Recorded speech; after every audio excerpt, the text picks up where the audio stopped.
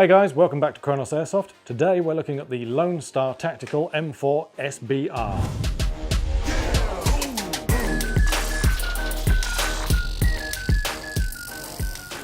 So guys, welcome back. Like we said, we're having a look at the Lone Star Tactical M4 SBR rifle. Now, before we get started looking at it, let's just address the elephant in the room. It may look somewhat familiar to you, and yes, it is virtually identical to a KRYTAC LVOA-S. You know, even down to the top hat style flash hider, the wire cutter rail, etc. It's strikingly similar. But at the moment, we're going to have a look at the features of the rifle, and then we'll go on to talk about why this may be a decent alternative to the KRYTAC. Okay, so in similar fashion, we're going to have a look at the features of the gun.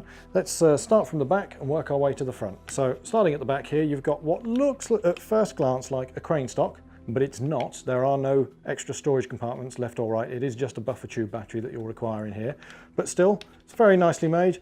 Nice rubberized texture on the butt pad there. It's going to give you very positive contact in your shoulder. And you've got a couple of QD sling points on both sides as well for a sling mount there.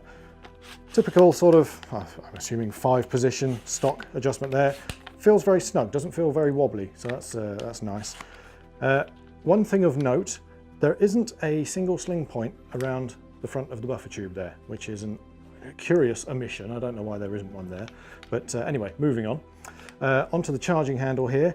You've got an extra little extended lever there for accessing the charging handle. And it's only functional for accessing the hop unit there, but it's nice that you've got that extra grip on there to grab hold of that. Onto the receiver itself. Now, one thing of definite note is the fact that this is actually Cerakote finished. It's a very hard wearing coating on here, so it's going to be very resistant to bumps and knocks and scratches and things. That's a nice feature. You don't often see that on an airsoft gun.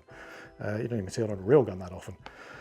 Moving on from there, obviously you've got your bolt cover here. Now, another thing worth noting here is the fact that it's just a plastic flap. It's not a metal flap, and there is no way of holding it closed. It stays open permanently, but it's airsoft. Does that really matter? On from there, we have the fantastic handguard on the front here, which, like I say, is very reminiscent of that Warsport LVOA sort of wire cutter handguard. Nicely drilled out, very nicely finished. Lots of weight-saving holes drilled in there as well. And the gun does come with a couple of rail pieces for you if you want to add accessories like a foregrip, which also it comes with a foregrip, which we haven't put on the gun because we had to put the rail on the gun to do that. But it comes with a nice stubby foregrip as well in the box. And then up to that wire cutter front end. The gun does come supplied as standard with a orange plastic flash hider, but they do provide you with this nice metal top hat style flash hider in the box there as well, so that's nice that you can put that on there, and it's a nice flush finish with the front of the gun. Just a quick note as well, the magazine that you get supplied isn't just some bog standard cheapy high cap. You actually get a hex mag mid cap, which is very nice, decent quality. They feed really well as well, so yeah, that's a nice little feature to have in the box.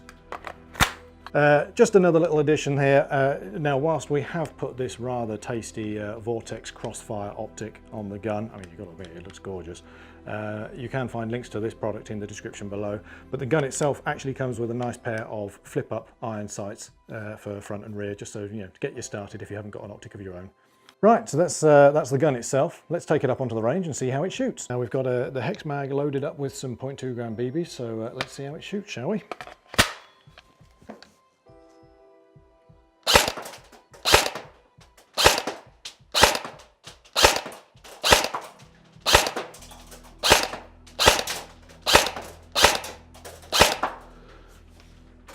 Not bad.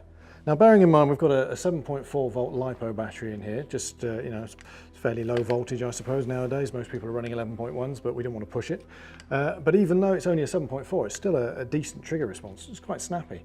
But the main thing is, what's it like in fun mode?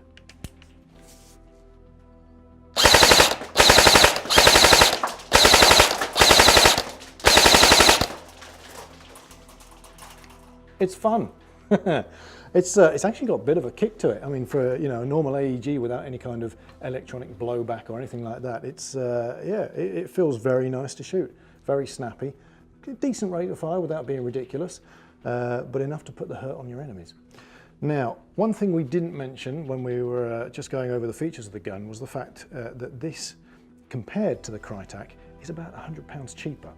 Now, that's a big factor to consider when you think that you could also spend that £100 on a Gate Titan MOSFET, stick it in the gun, and have a gun that's far more capable than the KRYTAC will ever be. I mean, you know, for the cost of an LVOA, you could have something that looks exactly the same, but performs a whole lot better and has a whole lot more functionality to it. And that's not to be sniffed at. Right, so that's the Lone Star Tactical M4 SBR rifle. You've seen what it's like, you've seen the colours it's available in. If you like the video, give us a thumbs up. Feel free to share it with your friends and families. If you want to subscribe to the channel, that always helps us out, all that good stuff. But until then, this is Kronos Airsoft, and we'll see you next time.